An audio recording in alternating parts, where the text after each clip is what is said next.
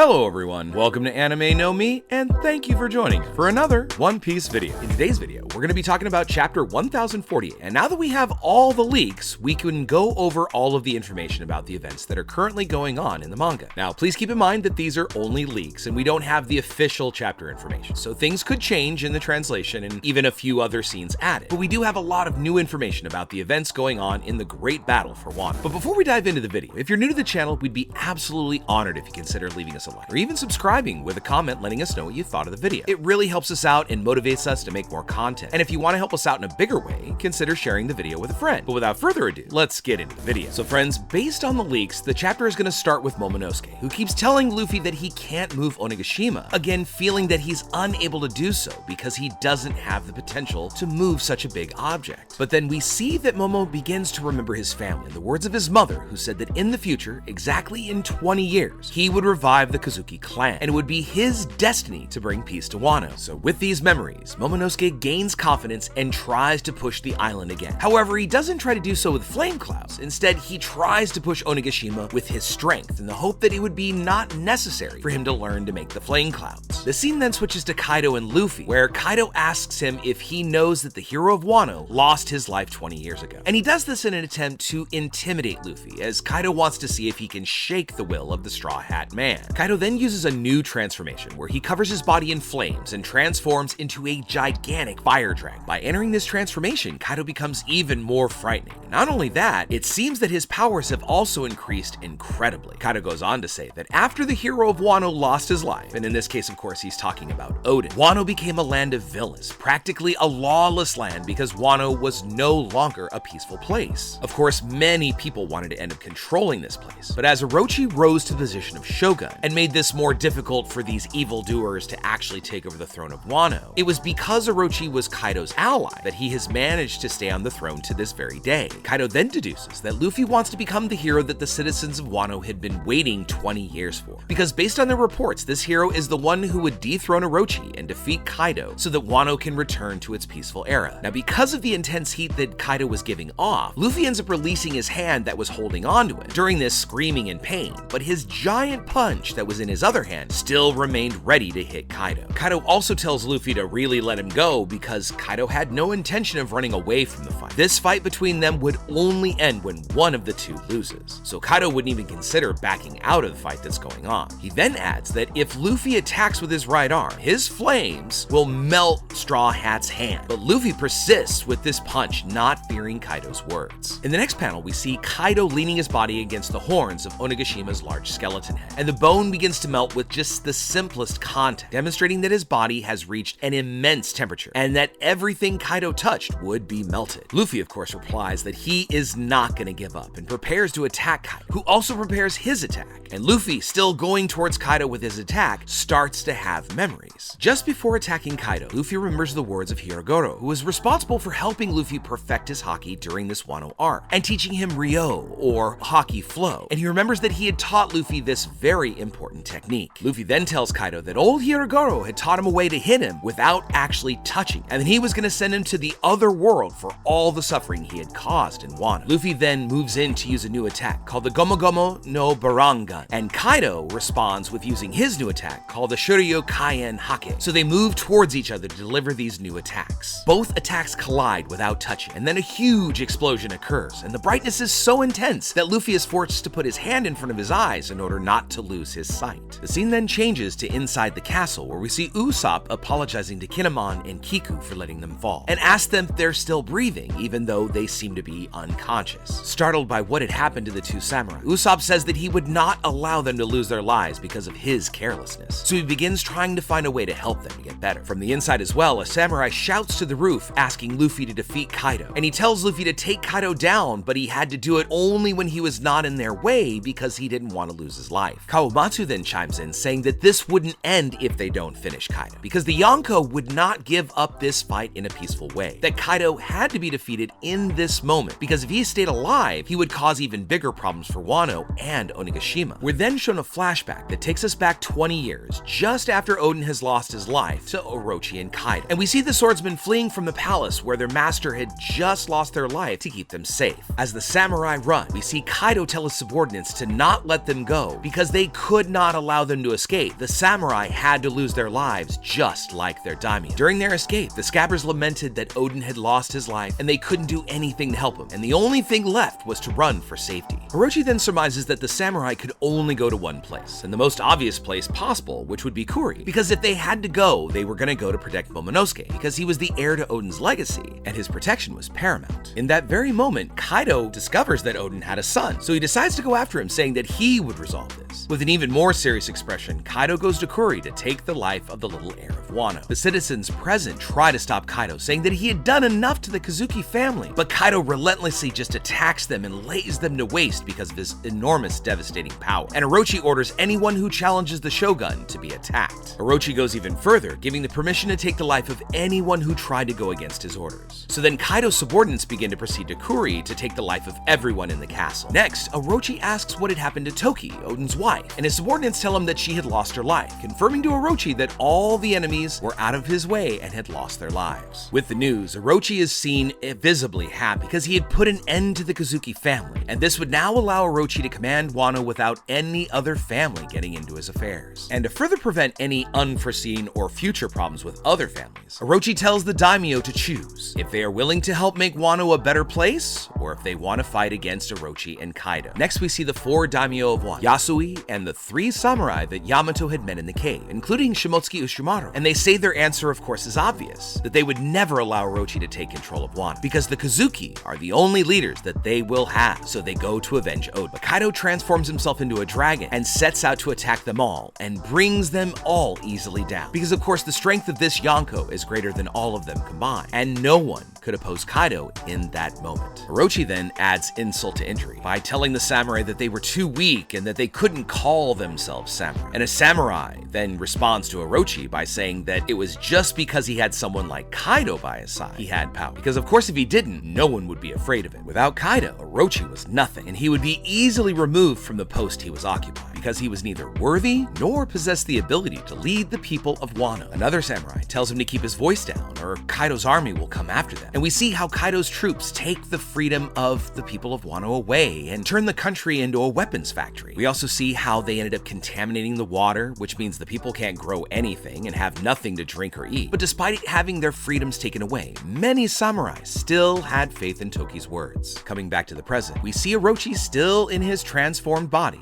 being hit. Now we don't have the translation of this page, but we see that Orochi is saying something to Hiyori while laughing a lot. But we see no fear on Hiyori's face. She just lowers her head while Orochi says something, and she doesn't lower her head as a respect or anything to him. But this is because she apparently knows that this would be Orochi's end. Just coming into frame, we see someone apparently ready to draw their sword, while saying that the place was a mess. And when Orochi hears these words, is totally surprised because he didn't expect that there was anyone there other than Hiyori. On the next page, we are shown who is responsible for saying these words, and of course it is Denjiro. And with his sword, he cuts the last head of Orochi off, and after that, he embraces Hiyori, protecting her from the fire. And while Orochi's head falls to the ground, we see the citizens of Wano, who have no idea of the conflict going on above their heads, celebrating the event that was still happening during the Fire Festival. On the last page, we see Luffy and Kaido still colliding with blows to see who would be the winner. But while using his hit, Luffy gets very serious in his expression while shouting. And with this determined expression, a great wave of Conqueror's Haki is emitted from this hit. And great rays of Haki cover Onigashima entirely, showing that this blow between Kaido and Luffy was unbelievably powerful. So as this chapter ends, it seems that we could have the very final clash between Luffy and Kaido in this final panel of chapter 1048. So this, my friends, is our full chapter lead. Let us know what you thought. Do you think that there could be some